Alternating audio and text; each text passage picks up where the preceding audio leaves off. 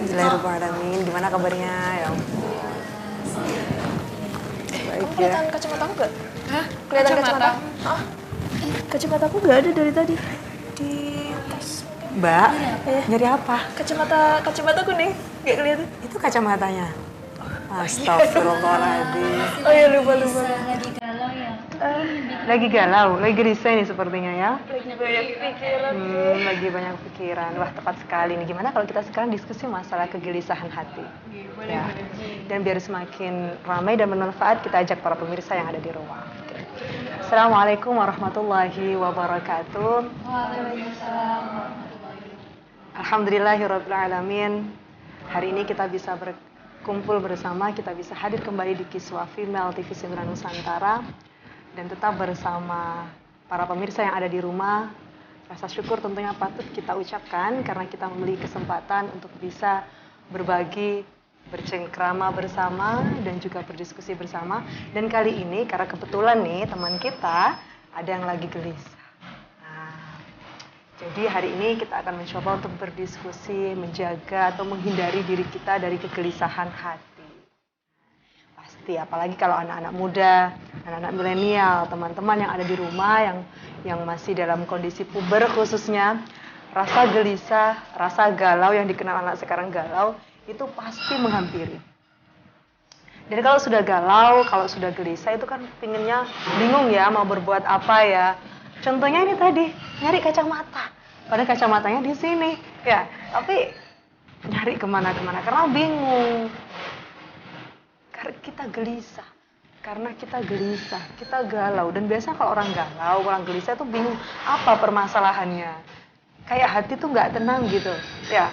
Kayak hati tuh tiba-tiba pingin nangis, kemudian tiba-tiba kita pingin melakukan hal-hal yang tidak jelas biasanya. Itu ciri-ciri ketika kita dalam kondisi hati yang gelisah, hati yang galau. Ya. Perlu diketahui bahwasanya hati kita ini adalah pengendali diri kita. Hati kecil ini, daging kecil ini sesungguhnya pengendali pikiran kita juga, perilaku kita juga. Kalau hati kita tidak tenang, kalau hati kita tidak bahagia, kalau hati kita cemas, itu juga berdampak pada perilaku kita.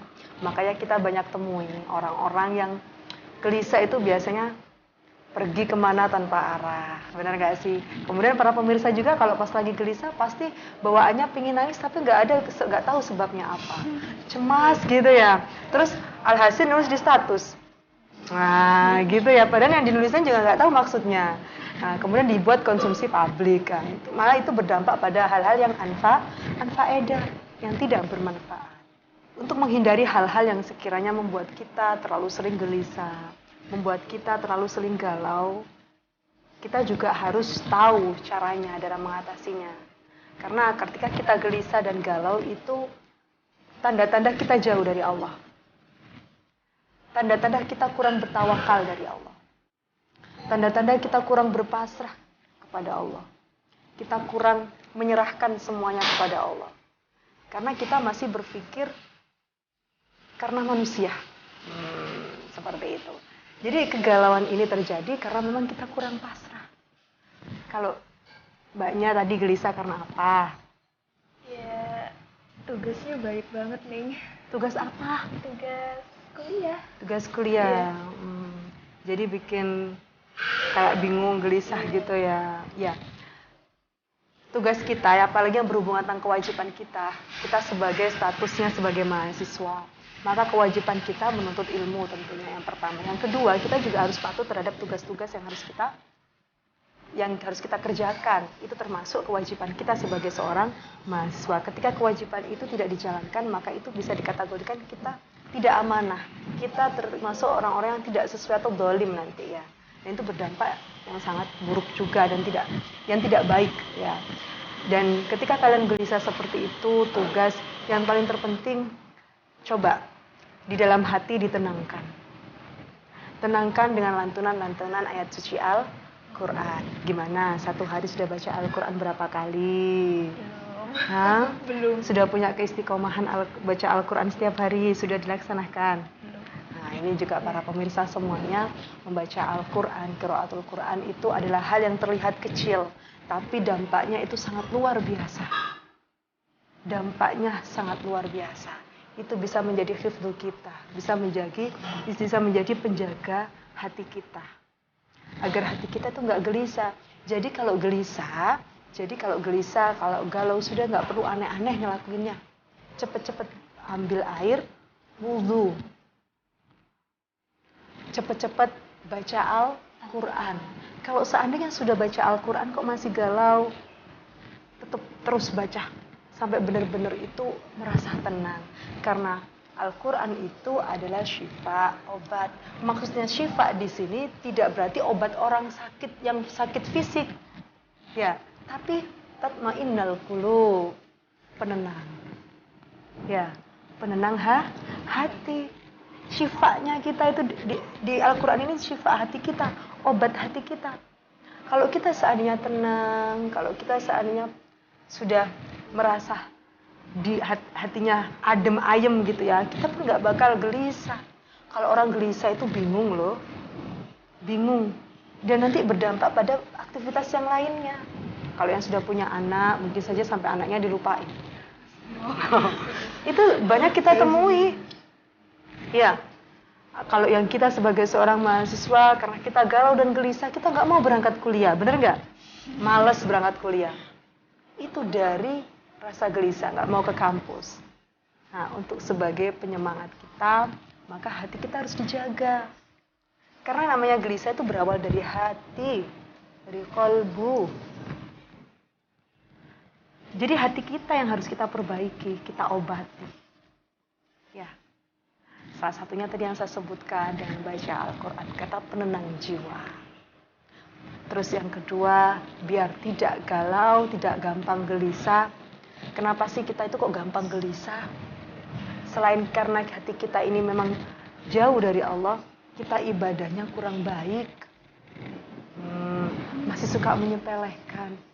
Padahal ibadah, apalagi ibadah mahdhah, itu juga sebagai penenang hati kita. Coba jadikan sholat itu adalah sebuah kebutuhan. Tidak hanya sekedar sebuah kewajiban dan tanggungan. Kalau kita menganggap sholat itu sebagai kewajiban atau tanggungan, maka kita akan merasa kayak punya hal yang berat gitu. Tapi kalau itu kita jadikan kebutuhan, kalau kita tidak melaksanakan itu, kita yang merugi. Sama halnya ketika makan, makanan kebutuhan. Kalau kita nggak makan, kita kan nggak bisa nggak makan. Kalau kita nggak makan, dampaknya sangat luar biasa. Seperti itu, jadikan sholat itu sebuah kebutuhan juga. Karena itu juga sebagai hifdzu qalbi kita. Agar hati kita tidak gampang galau, agar hati kita tidak gampang gelisah. Nanti kita lanjutkan tentang apa saja penjagaan hati kita, apa saja yang perlu kita lakukan agar kita tidak mudah gelisah dan tidak mudah galau. Jangan kemana-mana pemirsa, tetap bersama kami di Kiswah Female. Terima kasih para pemirsa, penikmat dan para pemirsa yang ada di rumah, tetap bersama kami dan masih istiqomah dengan kami. Kita akan lanjutkan diskusi kita akan lanjutkan obrolan kita bersama kali ini. Yang saat ini kita tadi karena berawal dari teman kita yang lagi gelisah, kita membahas tentang kegelisahan hati. Kita tadi nyampe mana? Nyampe tentang bagaimana cara kita menjaga hati kita karena memang galau, gelisah itu dari hati. Ya, kemudian selain tadi kita membaca Al-Quran, memperkuat ibadah kita, yang ketiga, kita harus sering berdoa. Sering baca Rabbi syrah li sadri wa yassir li amri wa hlul 'uqdatam min lisani yafqahu qawli. Itu salah satu doa agar kita tidak galau, agar kita tidak mudah gelisah. Kalau mau menghadapi siapapun ketika kita takut dan gelisah, itu bisa kita ucapkan doa, termasuk menghadapi calon mertua. Pasti kan kalau mau menghadapi calon mertua gelisah ya. Dan tentunya itu kita bisa baca doa itu yang sering. Ya, kemudian sering juga baca Al-Insyirah. Itu juga satu media ya. Terima kasih Mas, silakan. Wah, alhamdulillah ya. Ini bagus banget ini hotelnya, sangat nyaman sekali nih ya, Novotel ini ya. Kali ini lemon tea. Ya. Ya. Oke, terima kasih Mas. Ya, nggak bisa. Jadi tadi ketika kita lanjutkan ya. Jadi tadi ketika kalau pingin obat kita selain membaca Al-Quran, selain ibadah, kita juga harus punya amalan tersendiri. Baca doa-doa, tenangkan hati kita berdoa, tenangkan hati kita dengan doa. Itu anjurannya. Gak perlu kita menenangkan hati harus pergi ke tengah laut.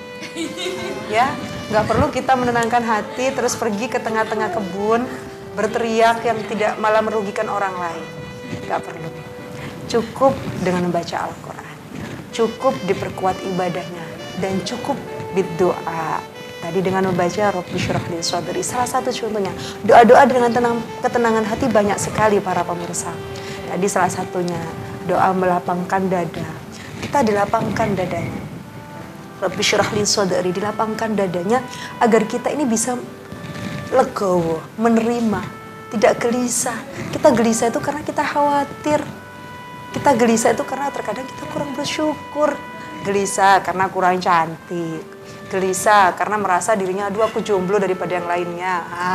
Pasti banyak kalau anak-anak milenial sekarang nih, jomblo itu dikira galau.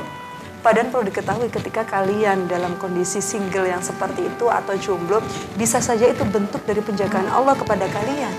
Agar kalian itu terhindar dari yang namanya khalwat. Perlu disyukuri, jangan nelongso, jangan gelisah, jangan galau. Ya, biar dijauhkan dari kegelisahan hati. Sering berdoa, berdoa. Ya, sering kita berkumpul dengan orang-orang yang baik. Itu juga penting. Kita berkumpul dengan orang-orang yang menyejukkan. Siapa yang menyejukkan itu? Orang yang alim ulama. Para alim ulama. Para guru-guru kita. Kita sering mendengarkan nasihat-nasihat beliau. Binasihat, dengan nasihat beliau. Datang ke sana, minta nasihat. Nggak ada salahnya. Ya, dibanding kita baca, dibanding kita melihat YouTube. Apalagi TikTokan. Itu kan lagi musim sekarang ya. Jadi kalau galau nggak perlu kita habisin kuota untuk TikTokan. Nggak perlu kita YouTuber melihat tontonan-tontonan yang anfaedah. Kita dekati para alim ulama. Kita pergi ke sana, meminta nasihat, meminta doa. Karena doanya beliau-beliau itu bisa lebih mustajabah dari kita. Wallahu a'lam. Ya, jadi harus kita lakukan itu. Banyak hal yang dapat kita lakukan ketika kita merasa gelisah. Kenapa sih kita gelisah? Karena kita tuh biasanya tandanya jauh dari Allah. Benar nggak? Biasanya kalau kita gelisah itu karena kita jauh dari Allah. Kayak kita tuh merasa sendiri. Kayak kita tuh merasa nggak ada sandaran hati. Itu artinya kita kurang bertawakal. Serahkan semuanya kepada Allah. Terus saya mau nanya, kalau kita gelisah, terus kita melampiaskannya dalam bentuk mengaji. Terus waktu mengaji itu efeknya kita jadi nangis gitu. Itu positif atau negatif? Menangislah. Jenengan menangis, pemirsa dan para teman-teman perlu diketahui, ketika berdoa, ketika memohon perlindungan kepada Allah kemudian menangis, itu adalah diperbolehkan, nangislah. Allah menyukai mereka yang benar-benar bersungguh-sungguh. Itu tandanya kalian bersungguh-sungguh ketika berdoa. Curahkan kepada Allah. Kalau mengaji menangis nggak apa-apa. Itu bentuk keseriusan jenengan-jenengan semuanya, memohonnya, melakukannya itu dengan bersungguh-sungguh, tidak dengan setengah-setengah. Gak apa-apa, jangan takut menangis. Menangis itu bukan tanda kelemahan kita. Tapi itu menangis adalah bentuk kepasrahan kita kepada Allah yang maha kuat, maha kabir, maha besar. Menangislah gak apa-apa. Ya, bila dengan menangis itu kamu bisa lega. Bahkan di psikologi pun diucapkan, kita nggak boleh menahan rasa tangis kita, karena itu bisa berdampak pada psikis kita. Itu dalam psikologinya. Dalam agama juga sama. Menangislah ketika kamu bersedih, menangislah. Jangan ditahan, itu yang membuat kamu malah seakan semakin gelisah melakukan hal-hal yang tidak bermanfaat. Ya, jadi tidak apa-apa. Yang terpenting jangan sampai ketika gelisah malah semakin jauh dari Allah, semakin jauh dari agamanya, semakin jauh dari ibadahnya. Karena ibarat orang gelisah itu kayak kosong. Ketika kosong itu bisa dihinggapin apapun. Hal yang buruk dapat masuk, hal yang baik pun juga gampang masuk. Makanya ketika gelisah cepat kembali kepada Allah, kembali kepada ibadah kita, dan sering bermuhasabah. Mungkin saja kita gelisah itu karena memang kita sering melakukan kesalahan-kesalahan yang terkadang kita tidak sadar. Ya, jadi yang perlu diketahui, kegelisahan hati itu manusiawi. Kegalauan hati itu manusiawi. Setiap manusia pernah mengalami itu. Dan itu bukan hal yang tidak normal. Tapi yang menjadi perlu diperhatikan cara kita menanggapinya. Orang galau menanggapinya dengan berbagai macam. Ada yang pergi ke sana, pergi ke situ. Ada yang naik motor nggak jelas arahnya. Ada yang marah-marah di Instagram. Iya, makan berlebihan. Ada yang tidak makan bahkan. Berbagai macam caranya. Itu termasuk yang madharat yang tadi disebutkan. Agar kita bisa terhindar dari perilaku-perilaku yang bisa dikategorikan menghadapi kegelisahan dengan hal yang salah, maka ingat Allah. Zikrullah. Kapanpun Mbak, sebenarnya zikir itu tidak harus menunggu ketika kita galau. Tidak harus menunggu ketika kita gelisah. Free time. Kita harus berzikir. Karena rahmatnya Allah itu every time juga. Setiap saat, kapanpun rahmat Allah itu ada kepada kita. Karunia Allah ada kepada kita. Kita zikir aja kok susahnya. Perlu kita harus malu. Astagfirullah ya. Allah memberikan kita sebuah hal yang sangat luar biasa. Tapi kita untuk berzikir saja seakan-akan adalah hal yang sangat sulit. Nah, karena kita memang masih kurang keikhlasan kita, ketakwaan kita, kepasrahan kita kepada Allah. Coba pasrahkan semuanya kepada Allah. Galau nggak apa-apa, kecewa nggak apa-apa, gelisah silakan, itu manusiawi. Karena kita manusia biasa. Kita bukan malaikat, kita bukan sosok yang jauh dari dosa, kita bukan sosok yang tidak melakukan kesalahan. Karena sesungguhnya manusia itu dekat salah, dekat lupa. Jadi gelisah itu manusiawi. Jangan marah ketika gelisah. Jangan khodop sampai melempar piring tangga, sampai melempar geras dan sebagainya. Jangan sampai dihindari hal-hal itu. Itu tandanya jenengan dihinggapi oleh setan. Kalau sampai gelisah, marah, berlebihan, itu tandanya jenengan dikuasai oleh setan. Kalau sudah seperti itu, maka cepatlah kalian mengambil air wudhu. Baik pemirsa, nanti kita akan lanjutkan diskusi kita dan bahasan kita tentang kegelisahan hati, menjaga hati. Dan jangan kemana-mana, tentunya tetap di Kiswah Female. Terima kasih para pemirsa masih bersama kami dan tentunya masih istiqomah. Kita lanjutkan diskusi kita kali ini bersama teman-teman yang ada di sini. Jadi perlu diingat ya tadi yang kita sampaikan bahwasanya galau dan gelisah itu ada obatnya. Kita harus mengontrol diri. Dan ketika kita berpikir galau atau gelisah, itu seakan-akan dunia itu runtuh. Kayak seakan-akan kayak nggak ada jalan keluar. Allah menciptakan segala sesuatu dengan berpasang-pasangan, tidak hanya jodoh, termasuk permasalahan. Pasangannya itu penyelesaian. Jadi nggak ada sebuah permasalahan yang tidak ada penyelesaian. Jadi nggak perlu jenengan atau para pemirsa semua sampai dibuat lupa, dibuat benar-benar terpuruk karena sebuah permasalahan, dibuat gelisah. Jangan sampai. Karena ada Allah yang selalu melindungi kita, ada Allah Maha Besar yang selalu mengarahkan kita. Ini biasanya di saya dikatakan galau itu seperti apa sih? Apakah galau itu ketika pilih sesuatu yang kita bingung sendiri, atau galau karena misalnya putus cinta gitu. Kadang kita kan menulis status gitu kan, padahal kita hanya nulis status aja, story di WA gitu, kita bikin tulisan puisi tapi dibilang kamu galau, kita lagi duduk nih, saya sendiri lagi duduk di perpus, padahal di hadapan saya tuh laptop gitu, saya lagi mikir gitu, kamu kok galau sih, mikirin apa gitu. Jadi kayak semuanya dikira galau gitu ya. Ya, benar. Ini problem stigma problem ya, bahasanya tuh kayak semacam kegalauan. Nama galau itu kan nama yang diciptakan oleh anak-anak kekinian. Kalau zaman dahulu, apalagi zaman Rasulullah, nggak ada kata galau ya. Karena ini memang diciptakan atau produk-produk milenial. Salah satunya galau. Nama galau itu, sebutan galau. Galau itu gelisah, Mbak. Galau itu gelisah. Akan tetapi terkadang orang itu suka usil. Terkadang kita buat status padahal niat kita mah bukan galau, kita cuma ingin memberikan puisi, mempublishkan karya kita gitu. Ada yang komentar galau, kamu galau ya, sehingga memang mental kita menciut, ya gitu ya. Sehingga, aduh aku takut nanti kalau berbuat gini dibilang galau, padahal aku nggak galau gitu kan. Sehingga yang namanya galau itu sebenarnya makna asli galau itu adalah gelisah, bingung, sedih. Gelisah itu kan sedih Mbak.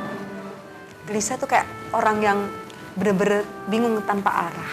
Tapi kalau selagi karena kita ini punya Allah, kita menyandarkan semua kepada Allah, kita gelisah pasti nggak akan lama. Ya, jadi perlu diketahui juga para pemirsa, tidak setiap orang yang ketika misalnya mengupdate status, tidak setiap orang yang melakukan hal-hal yang bisa dikategorikan, misalnya duduk sendiri itu galau, tidak. Bisa saja karena mungkin dia duduk sendiri dan lain sebagainya. Kita husnul banget. Kalau memang sudah benar-benar galau dan tahu teman kita sedang galau, kita kasih nasihat. Nasihatnya bukan malah menjerumuskan. Maksud, ayo kita pergi yuk jalan-jalan ke hal-hal yang tidak berfaedah misalnya. Na'udzubillah, jangan sampai. Ya, apalagi udah galau diajak riba orang. Nah, jangan sampai. Itu malah dosanya double-double ya. Jadi jangan sampai. Jadi ketika kita ada teman kita galau, gelisah ya. Makna galau itu sebenarnya gelisah. Gelisah maka cepat kita ajak untuk ingat kepada Allah. Kalau waktunya, mungkin kalau pas waktu sholat tiba, kita langsung ajak sholat. Tapi salah satu ciri ya, gampang galau itu karena kita sering mengakhirkan sholat. Ya, mengakhirkan tanggung jawab kita, kebutuhan kita. Kita mengakhirkan apa yang menjadi kewajiban kita. Ya, melalaikan. Karena kita sering lalai. Ya, hati kita jadi nggak tenang. Ketika kita lalai, ini kesempatan syaitan untuk menghingap. Makanya kalau sudah menghingap di hati kita tuh dibikin orang bingung, orang linglung, orang yang nggak semangat. Salah satu ciri khasnya kalau kita gelisah tuh kita nggak semangat ngapa-ngapain. Makanya untuk menjaga akan hati kita dari kegelisahan hati kita, jangan pernah jauh dari Allah. Na'udzubillah, benar, jangan pernah jauh dari Allah. Karena tidak ada suatu hal pun yang paling besar yang patut kita sandarkan kecuali kepada Allah. Allah yang membolak-balikan hati. Allah yang menenangkan hati. Allah yang memiliki hati kita. Allah yang menciptakan kita. Allah yang menguasai kita. Sehingga kita pun harus kembali kepadanya. Kembali kepada tuntunan Allah. Ibadah kita diperkuat. Zikir kita diistiqomahkan. Baca Al-Quran kita tambahkan. Jangan setengah-setengah. Hidup ini bisa dikategorikan sebuah anugerah yang sangat luar biasa. Luangkan untuk beribadah, jangan sampai lalai terhadap ibadah kalian. Dan perlu diketahui para pemirsa, gelisah, galau, gundah, merana, itu manusiawi. Setiap orang pasti pernah merasakannya. Akan tetapi yang perlu diperhatikan cara kita mengatasinya. Atasi itu dengan dekat dengan Allah. Atasi itu dengan cara bersandar kepada Allah. Atasi itu, obati itu dengan pembacaan Al-Quran. Dengan membaca Al-Quran dan perkuat ibadah kalian. Jangan sampai kita jauh dan jangan sampai kita lupa sehingga syaitan bisa mengendalikan hati kita. Semoga bermanfaat para pemirsa dan juga para teman-teman. Gimana? Sudah tenang hatinya? Alhamdulillah. Dan jangan sampai lupa ketika gelisah, ketika galau, dzikrullah. Ya, ingat kepada Allah selalu kapanpun dan dimanapun. Semoga bermanfaat dan semoga kita semua bisa bertemu kembali di lain waktu, di lain kesempatan. Terima kasih para pemirsa. Wallahu muwaffiq ila aqwamit thoriq. Wassalamualaikum warahmatullahi wabarakatuh.